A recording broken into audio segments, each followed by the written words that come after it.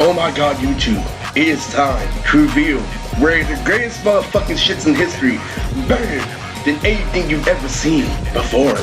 I'm talking about the funnest Nonz special to ever exist. Enter the DigiBayblade universe. This is one of my favorite Nonz projects. This is UB greatest movie performance yet. This is Skittles' best movie performance yet. This is literally so many aspects of everything we love about Nonz put into one movie. This is Nonz, DigiBayblade. So what is this based off of? This is the debut of Baramy. And who is Baramy? Baramy is the younger brother of Stangelica, one of the most fired villains in Nonz. So this is how Jeremy, aka Baramy, came up. So Baramy literally is the only person that knows that hack programs, and out of nowhere he secretly creates, a shift in time within the computer program, and automatically there comes Delita. Delita is confirmed for the debut for her to shine. This is going to be in many digital aspects of Nonz. Delita, I lead it, Delita's gonna be there. There's gonna be a whole lot of shit. So what is this DigiBayblade universe all about? First of all, it's about the final wars, because there are fuck between two dance users in Nonz. There are two different styles of dancing fighting styles in Nonz, and one is air scrapers and the second is Beybladers. Beybladers are literally samurai or Bayaki that literally ride on Beyblades, just like better rides on a skateboard, but carry swords. Literally, some of them have beans and shit. They spin around with their fucking swords and cut shit up. Literally, they do a whole lot of shit. And air scrapers are people who can fly by learning a technique with their feet, but they can only fly with their feet. And literally, what happens is so what they do is they tap the air when they fly, just like they're dancing. So it's based off of dancing technique. So this is based off a war between the red, game that is Hispanic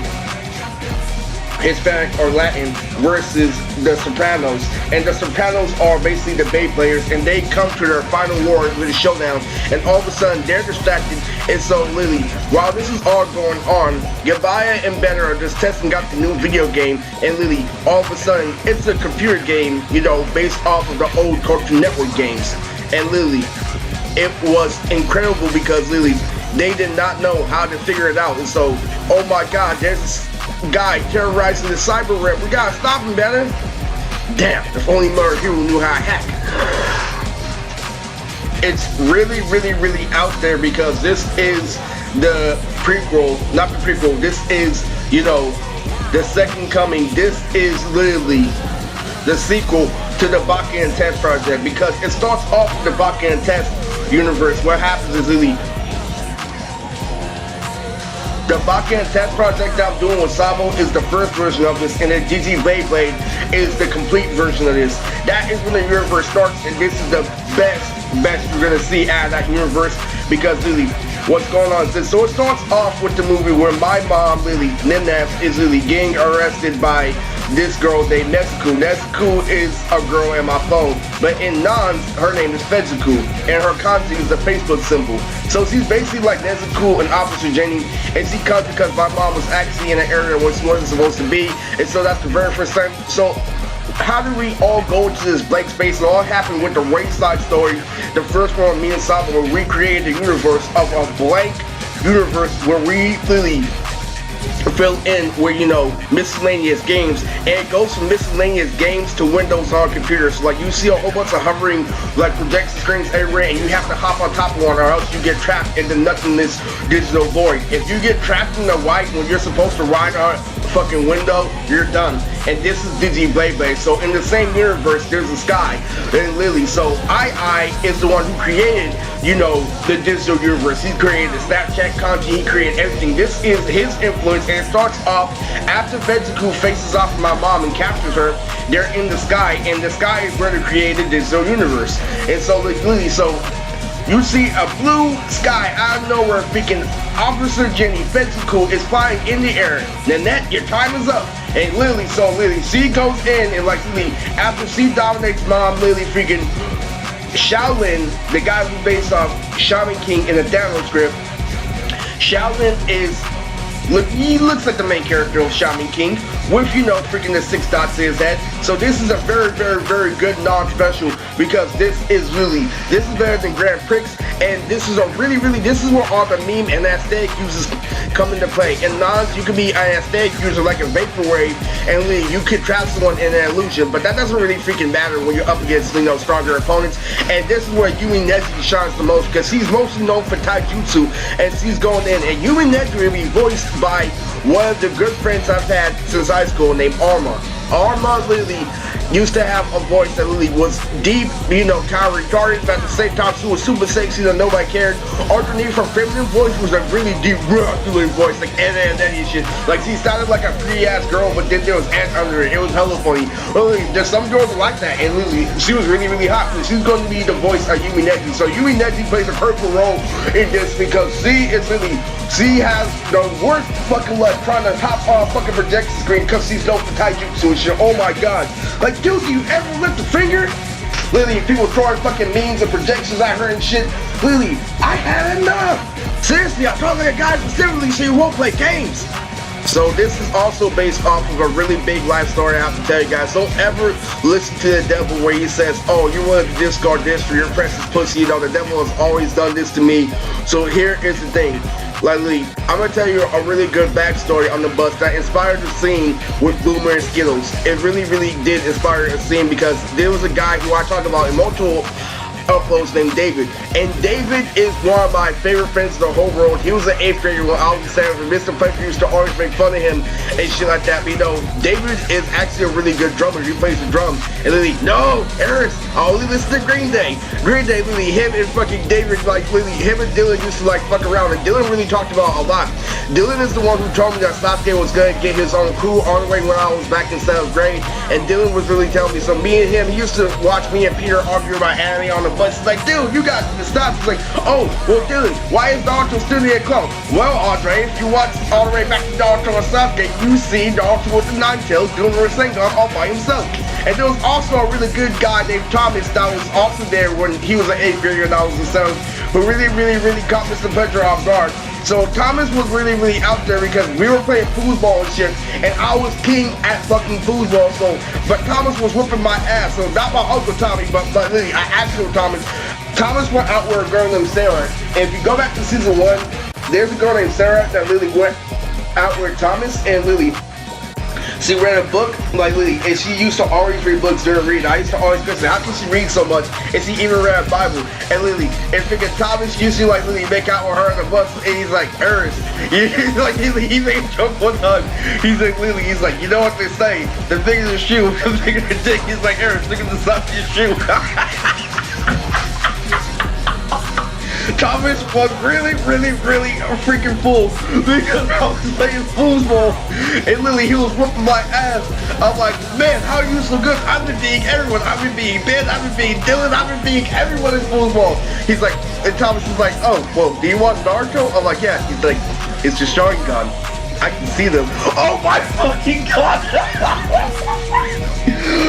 Okay, I had to mention Thomas was the fucking troll.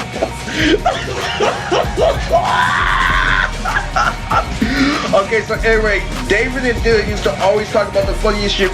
You know, on the bus we used to always make fun of Dylan, and they were both pretty big. They were both kind of fat, but like really, David was like short and stubby fat, but Dylan was like tall and like really. But I loved him because they were such unique characters.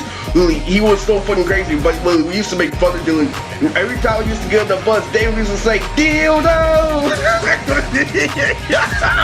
He's like, I told you don't call me Dildo. So Lily, I knew he was gonna whoop my ass if I was gonna call him that. So Lily, this was time. Well, I was talking with him in front of Mr. Spencer. I'm like, what's up, Dildo dog? He's like, no, Eric. It still has Dildo in it.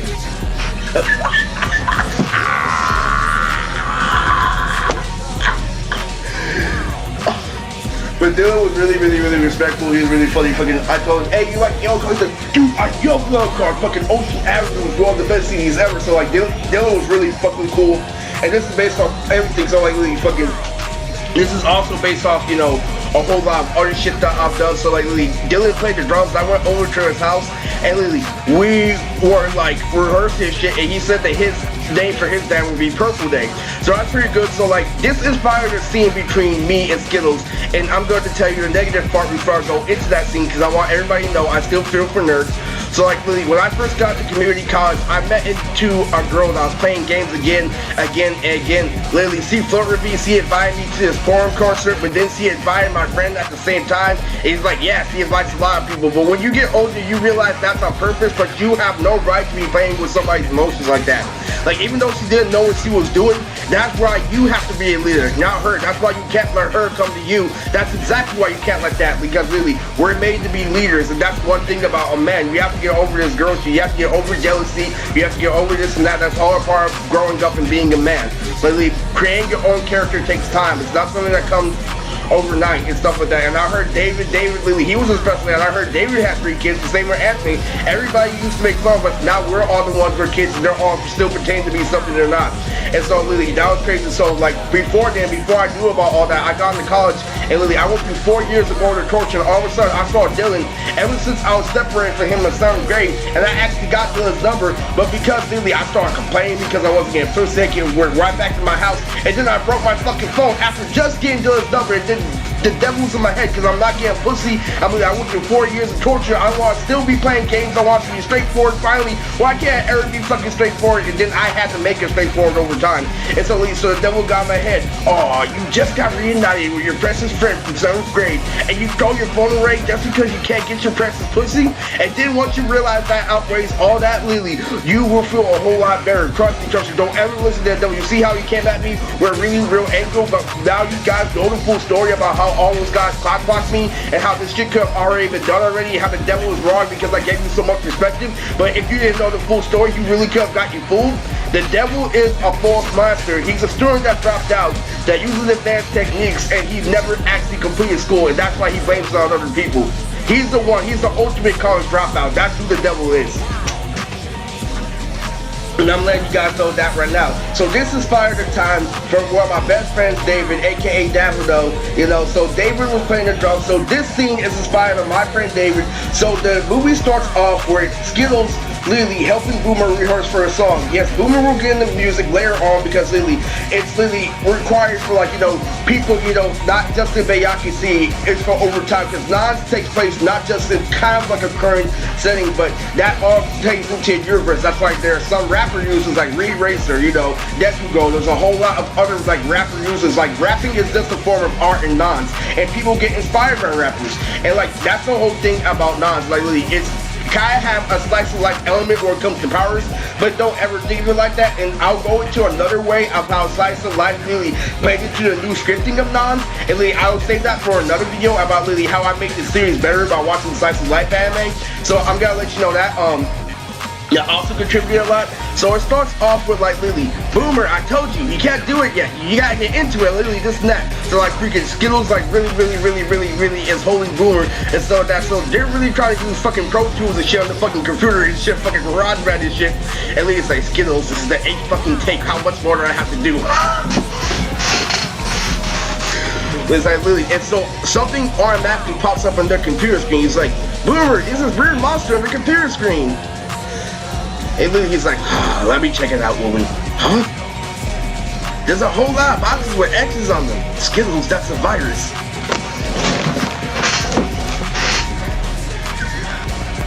But this movie ain't playing no games. This movie is not playing no fucking jokes here, man. This is based off that time where we all grew up watching that Digimon movie, and that fucking Zebra Head song came out, and we all went fucking crazy.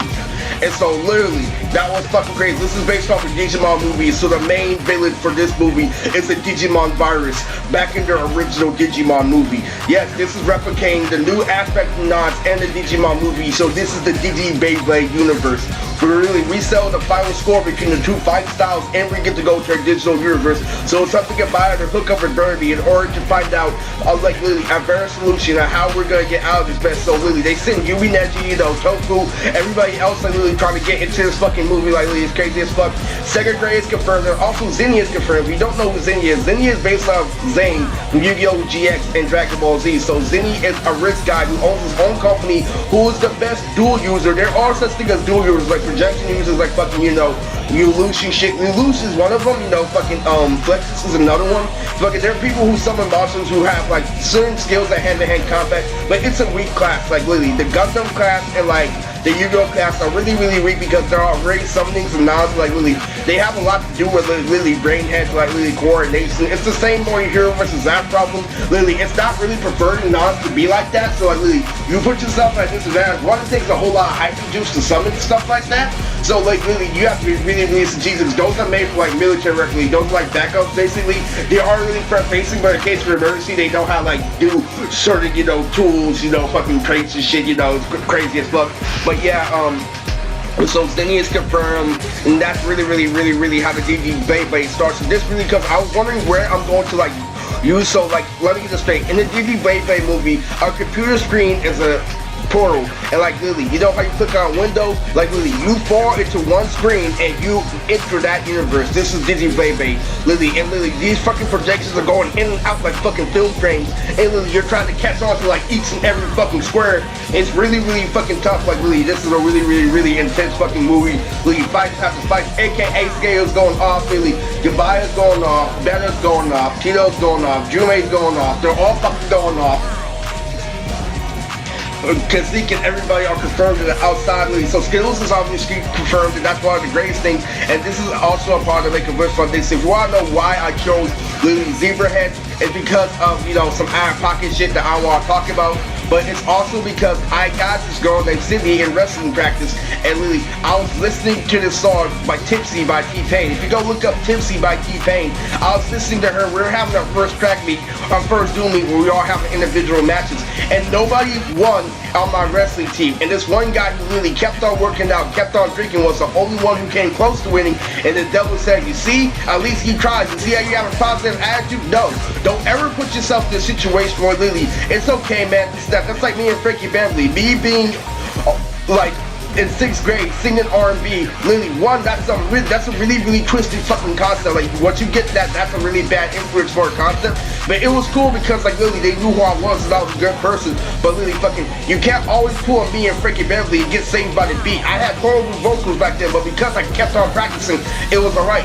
It was horrible, but it's supposed to sound horrible because I'm a little kid. You get what I'm saying? You can't always put yourself in that position. You can't always give yourself excuses. That's what people do. They give themselves excuses by literally comparing themselves like literally to fucking other loser people that literally, I'm not getting like, then our whole team is ass, like literally. So what happened is I kept on listening to music with Sydney, and I showed her another song called Race to a Zebra, and I did really good when I went my first batch of wrestling, and literally, but I still lost. Like literally fucking, I showed people the recording, people like out there was like, dude, you got dropped and stuff. Even though I lasted all 3 rounds, the moment I got dropped, it was like, yo, he got dropped right there. And like literally, that's why you don't ever believe anything that comes out of a popular kid's mouth. Don't ever fucking believe that. That's why I ended up fucking his old girlfriend. I'm sorry. That always fucking happens. Like, you have to understand, like, literally, that always fucking happens. You get misconceptions like that, oh my god, man. When you know you're in denial and you still go with it, ooh, that was the ultimate dumbass move.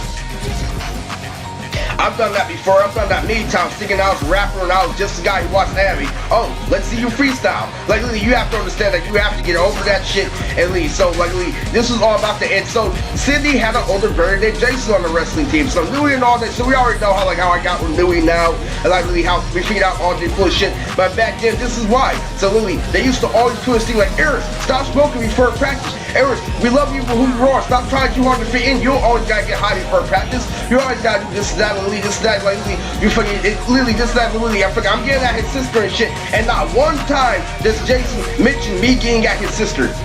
And do you know what Cindy fucking said? You know what Cindy said when I talked to her and I asked her out? She's like, Eris, I can't, because if I went out with you, I'll never break up with you. And that's the time when you get her fucking pregnant. Fuck that. Fuck that, literally, fucking, yeah, I'm a bad motherfucker, fucking, literally, I should have been making out with you, I should have been fucking you, I should have been this and that, literally, fucking, young Tanjiro should have been already fucked by now, sorry. And do you know how desperate I fucking look? how she's agreeing to listen to my music after she already fucking said no, how fucking desperate I look. That means I had a chance before it got to your fucking friend zone, but it was never a chance because then I knew I was fucking not once did Jason. They had this running gags, we were fucking singing songs and shit, boobies, boobies. I'm like, heck yeah, oh, my little dude hurts and stuff like that. No, you can't always play a little nigga position. I don't care if you give me credit. If I stay in the little nigga position, how am I ever supposed to get a wife? How am I ever supposed to have niggas take me seriously? Don't care what people think about you, get punked. When you get punked, you have to have niggas take you seriously. You have to implant dominance with humans, and then they submit. Just like Ali, just like Isaiah. You see how Isaiah was nice to me after I stood up to him? That's human nature. People don't respect you unless you actually be about what the fuck you talk about, and that's the truth. So to give you nerds precious credence on a heavy Nonz project, the reason why I chose the Zebra Head, version for this was because Zebra Head was on the original version of the Digimon movie, but they edited the information. We all know it's Zebra Head. They really fucking destroyed it. We had the same memory when we were younger. You can tell by the vocalist. How you can tell by not being a square or not is by the actual singer. Like, I can recognize the main singer from Linkin Park on another track. They changed the information, like, I'm not a fucking square. So you have to understand that, really. So this is why I chose. This is why I'm giving you, this is the only time I'm giving you credit for a Nonz movie, because I sort of already got what's in me, and that's another reason why I chose the DigiBayblade universe. You get what I'm saying? I should have already got her for, because I was showing her a song, Wasted by Zebrahead. If you go look up that song, they're a really good band, and they also did the OST for the Digimon movie. So we have all these musical references in this. This is the greatest one, but remember, the Bakken Test Project is going to be better for me personally, because that's how I changed as a person. But I'm making a partial sacrifice for you guys, because this is the funnest fucking Nonz movie. This is where all the meme and aesthetic users come to play. This is Nonz, the DigiBayblade universe.